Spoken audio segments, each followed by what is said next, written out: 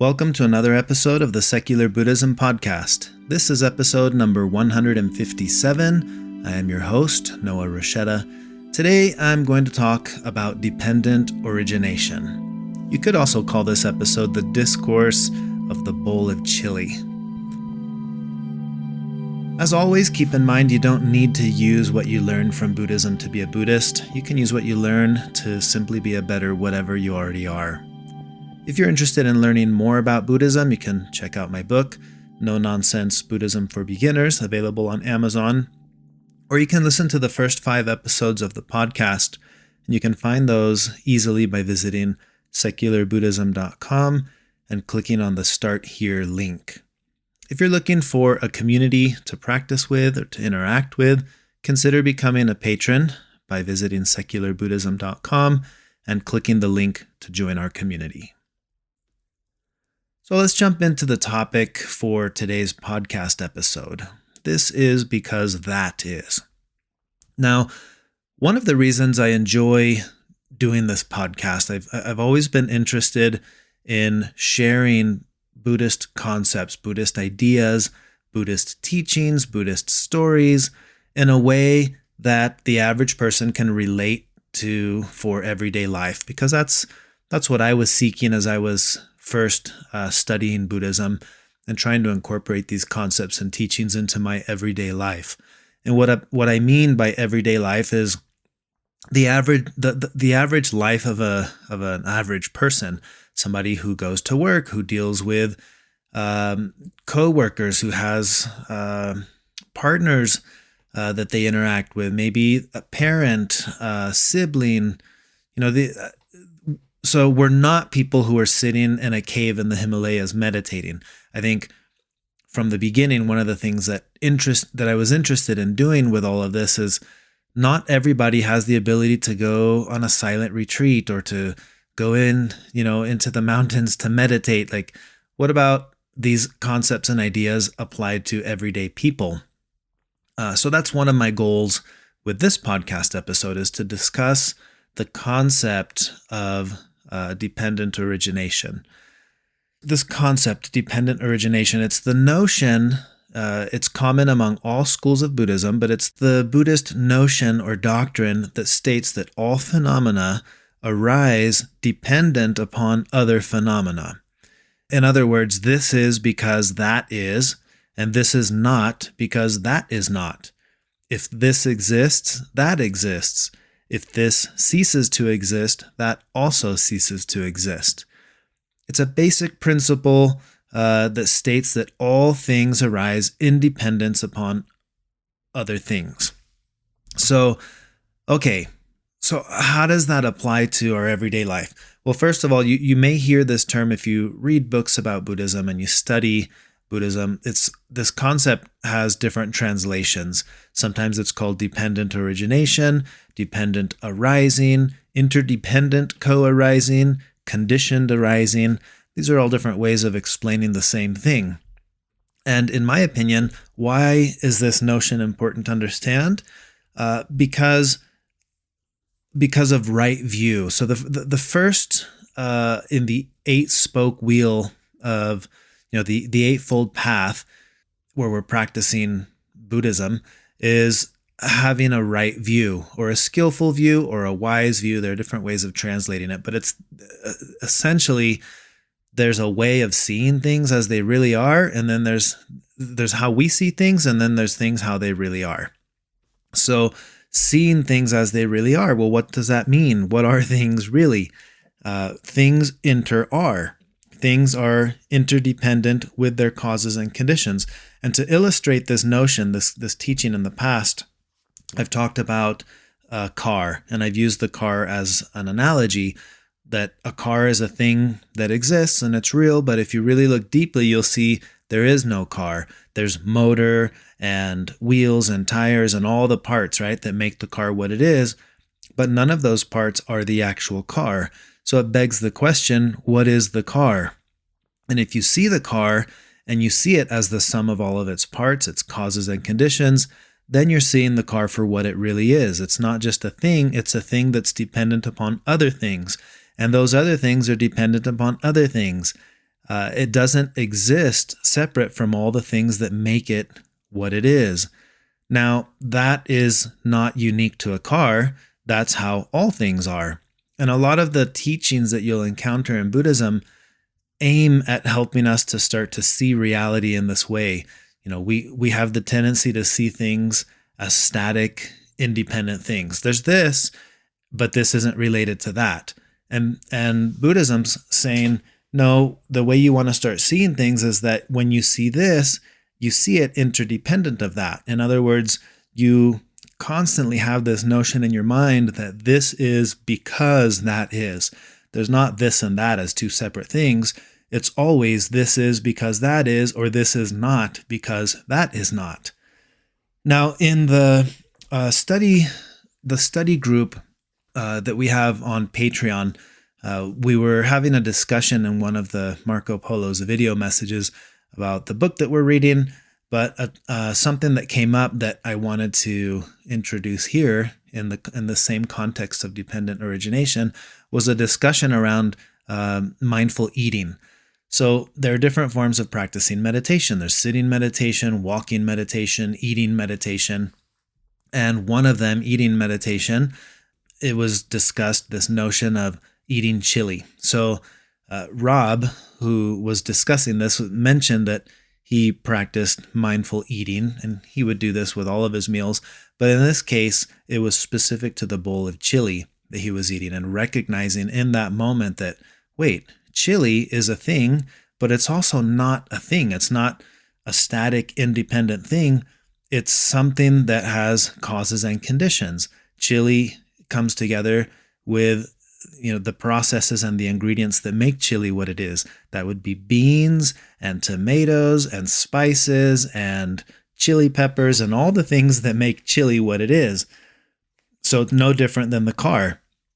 So for me, as he was mentioning this, it occurred to me, it really is that simple, right? To have a moment of awareness where you realize, oh, wow, chili isn't chili. We call it chili for the convenience of labeling it now that we've decided chili is chili. But what is chili really? You can do this again with the car, with chili. You could do this with salad. You could do this with anything. What is the thing that makes it what it is? Well, it's the causes and conditions. In the case of chili, you have ingredients that make it what it is, red chili versus green chili. But you can also think of the processes that are made, the intensity of the heat or the duration that it's cooked. Like the process that makes chili may be different. But at the end of the day, this thing that we call chili it doesn't exist independent of all the things that make it what it is. And that is, in a nutshell, dependent origination. Now, why is this beneficial to me in my everyday life? What are some of the ways that I can benefit from understanding this concept in my day-to-day life? Or, of course, you. So, conditioned arising, for me, I'll give you an example. So this helps me understand that all phenomenon that arises conditioned upon other things. So for me, where this gets really powerful is with emotions. And I'll use fear as an example. So if I'm experiencing the emotion of fear, then I need to understand that it's co-arising. What are the causes and conditions that give rise to it? So here's an analogy. Let's just suppose for a moment that in my upbringing, I was taught that red sweaters are bad. And for whatever reason, I don't know, red sweaters, okay? Just stay with me for a second. So I grow up fearing red sweaters. And then one day, someone comes knocking on the door and they're wearing a red sweater. Now, fear is the emotion that arises, but it doesn't arise independent of its causes and conditions. There are causes and conditions. In other words, it's not that there's anything inherently wrong with a red sweater. If I look at this deeply, what I may understand is, oh, I fear the red sweater because of the belief that I have that red sweaters are bad. There's nothing wrong with a red sweater. It's the belief that's giving rise to the fear. So that would allow me to understand that my fears and perhaps all my emotions are part of this conditioned arising. Instead of seeing something like fear as the standalone thing, I try to see it as a phenomenon that is conditioned on other phenomenon. So this is because that is, right? Fear, that is the something. What is the something that gives rise to this? In this case, it's not the red sweater I fear, it's the belief I have that red sweaters are bad. So then that allows me to analyze the belief. Well, where did that belief come from? Is it skillful to hold this belief or not?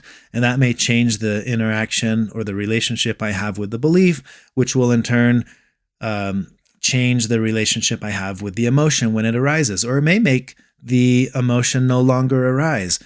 Red sweater, as an example, I may sit with that long enough to recognize there was never any reason to fear a red sweater. Maybe I was taught that because, the people who came and scared my parents when they were young wore red sweaters, but now that doesn't apply anymore, and I don't need to fear red sweaters. Now that's an oversimplification, I think, but you get the gist of it. So here's another example where I think this might be a little bit more applicable to our day-to-day lives. Beliefs or mental conditioning cause emotions to arise. So here's another example. When I first got married, I took my wife to Mexico to meet my family. It was actually right before we got married. And something you need to understand about Mexico and Mexican culture is that it's very common to have a nickname. Everybody has a nickname. And some of the nicknames can sound harsh in other cultures, but in Mexico, it's very common to just state things as they are. So if you tend to be tall, your nickname may be called tall guy. If you're short, it might be shorty. If you're heavy, it might be fatty.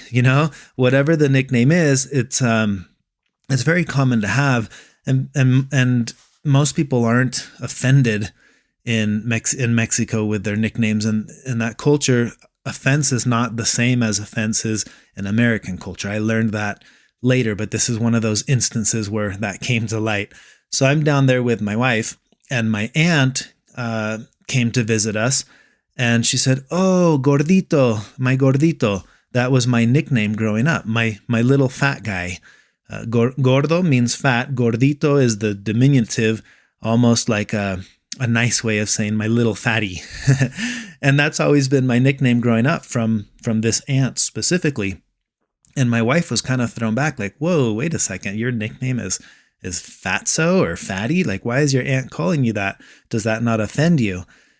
And to understand why it wouldn't offend me, you'd have to know the whole backstory. As a twin, when my brother and I were born premature, we were in the hospital for several months before we could go home because we were underweight and not we weren't. It wasn't healthy to send us home. But he was worse than I was, so he was even skinnier than me. So we were both these little skinny premature babies, and he was the skinnier of the two. So his nickname became Flaquito, which is skinny guy, the little skinny one. And compared to him, I had a little bit more meat, so I was the fat one, gordito. So when we were babies, we were called gordito and flaquito. That's how you would distinguish the two. And again, there's no malice meant. It's just a label that was used. So that stuck, and he's always been flaquito, and I've always been gordito to that aunt. And it's a fond way of her remembering when we were these tiny babies that almost didn't survive. So anyway, knowing that as the background, I never had any qualms with being called gordito because I was the gordito if you're comparing me to him as babies. But that's it. It doesn't mean anything other than that to me. But it occurred to me, wow, my wife certainly would not like to be called that under any context because to her it's offensive. Well, again, applying this notion of dependent origination, the feeling offended by a nickname, the problem isn't the nickname, there's a belief behind it. And in this case, it might be the belief that I don't look good if I'm fat. So I would definitely not want to be called fat because that implies I'm not as good as the next person next to me who's not fat or something to that effect, right? And I think in Western culture and American culture, at least, you may resonate with that notion. I don't want to be called fatso under any circumstances. Well, look at why. Probably because you hold a belief somewhere that being fat is not the right way to be. If you didn't have that belief, then you wouldn't care. It wouldn't matter. So again, in my case, I was able to understand, okay, well, it doesn't offend me because I don't have a belief attached to it that there's even anything wrong with, I was the heavier of the two twins, so it's fine that I'm called the heavier of the two twins. I don't know if that makes sense. I'm just trying to come up with other ways of explaining the practicality of a notion like dependent origination as applied to everyday life, which is where things are really happening, right? Emotions are arising, feelings, thoughts, which lead to words, which lead to actions. So I think that it's very beneficial to understand this process, that this is because that is. And if whatever it is that you decide to label this, look at the that. Look at the that causes the this to be what it is. And then I think the invitation, if you were to take this concept and apply it to practice for this week or for the rest of your life, it would be keeping in mind the notion of this is because that is. Keep that expression in your mind and try to see yourself as the bowl of chili. But what are you really? Are you the beans? Are you the spices? Are you the chili peppers? Are you the salt? Are you the, what exactly are you? Or with the car, same idea. Are you the chili, or are you the causes and conditions that give rise to the chili? Because in my opinion, this is the essence of what the Buddha discovered in that moment of enlightenment. I like to imagine a bowl of chili becomes self-aware, and it's sitting there very attached to the fact that it is chili. And if I'm chili, I'm separate from all the things that are not chili. And then that bowl of chili sitting there in meditation has this moment of awareness where the chili recognizes, oh my gosh, I'm not chili. I'm beans and tomato and peppers all cooked together and mixed. It really realizes I am not just chili. I'm so much more than chili. Chili is just the label that I use for the convenience of saying what I am, because I can't go around saying, if someone says, what are you? Oh, I'm beans mixed with heat, mixed with, we don't do that. We say, I'm chili. And we're no different. When I go around trying to understand myself in relationship to all the other things that are not me, the sensation of self arises, and I'm Noah Rochetta. Well, that's just a name. I'm all my memories. Oh, well, those are just the memories I have. I'm all these things that I may feel attached to, but by sitting in and contemplating, I may recognize I'm actually none of those things. I'm very much like the bowl of chili. I have causes and conditions, and that changes the relationship I have to myself, to the notion that I have of self. So I wanted to bring all this up because I do think it's common as we first encounter a notion like no self in Buddhism, and we're thinking, well, what the heck does that mean? What do you mean no self? I don't exist? And it's not that. What we're really saying is look deeply, understand that things are, this is because that is, and then tell me what you really are. Because you may find you're not what you thought you were. In the very same way that the bowl of chili understands it's not chili. It's all these things that make chili what it is. And this is practiced in so many ways and explained in so many different formats. And I'm just trying to explain it here in another one. So I hope that these concepts and ideas have been helpful to you, and that maybe by understanding this notion of this is because that is, or what we call dependent origination, it may have some practical benefits with how you go about in your day-to-day life, understanding all the things that you interact with. Because we all encounter a lot of this, whatever this is, but we rarely focus on, well, if this is, what is that? If this is because of that, then I need to spend time looking at things through that proper lens of interdependence and causes and conditions. And it can be very powerful. Again, it's like realizing anger isn't a thing that exists independent of its causes and conditions. Well, what are the causes and conditions? I may discover that the anger I experience is actually grief, or it's sorrow, or it's embarrassment, or it's sadness, or it's pain. Now that's powerful to start seeing things through that lens, because often we spend time fighting or resisting or working with the thing that we think is the thing without realizing that that thing has much deeper layers, deeper levels. Again, like anger. Anger is one thing, but why is there anger? You may discover there are deeper layers where there is more beneficial, a more beneficial place to work with would be the pain. Oh, well, I'll work with the pain and then the anger will go away, instead of thinking I'm going to make the anger go away.